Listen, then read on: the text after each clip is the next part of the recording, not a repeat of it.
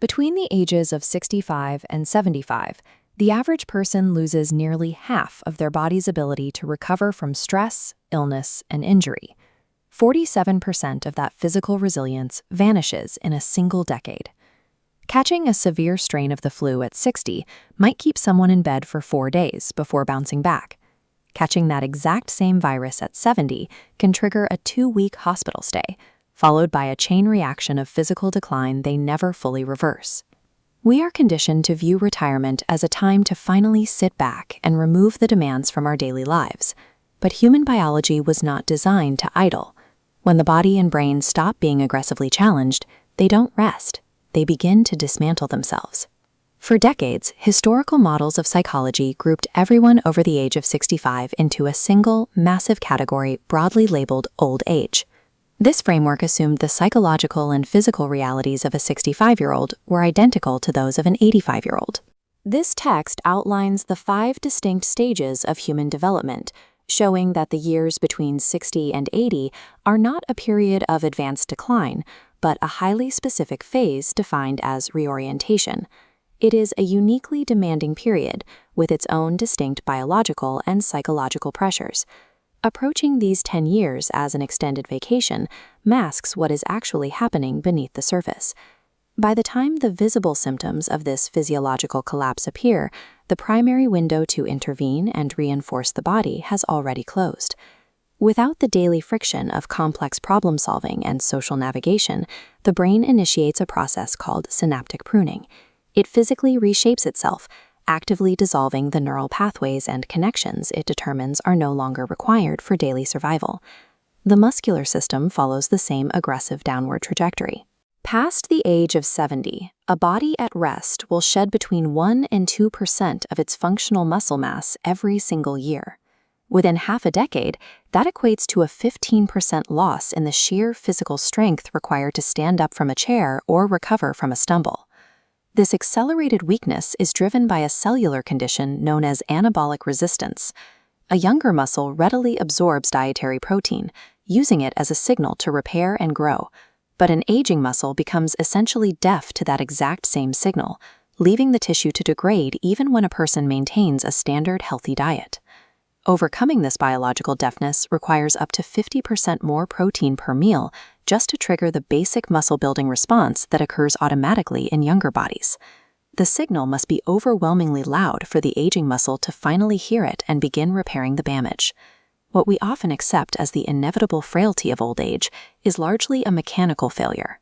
The body and brain are shutting down specific systems because we have stopped giving them a reason to stay alive. Deep inside the cells, the energy-generating structures, the mitochondria, hit a steep functional cliff. During this decade, their energy output drops by up to 35%. As these cellular generators struggle to run, they begin producing a toxic chemical exhaust. This accumulation of cellular waste alarms the immune system, tricking it into deploying a constant, low-grade inflammatory response. The medical community calls this inflammaging, a silent biological fire that smolders inside the tissues year after year, older adults. It aggressively, continuously damaging healthy cells. As this inflammation rises, it fractures the architecture of our sleep.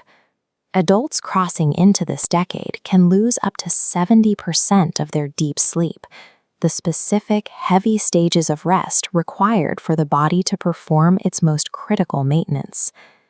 Without those deep sleep cycles, the brain fails to trigger its nightly wash sequence. The lymphatic system, which flushes out daily metabolic waste, stalls out.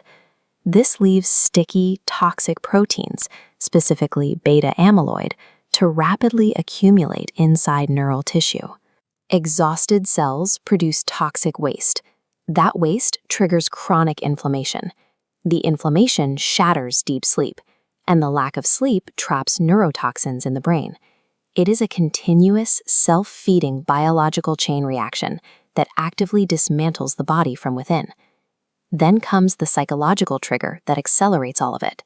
Chronic loneliness and social isolation hit the body exactly like physical danger.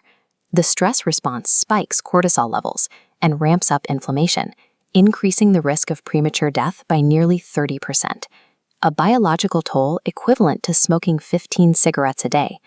Yet the science of this specific decade offers a massive counterweight.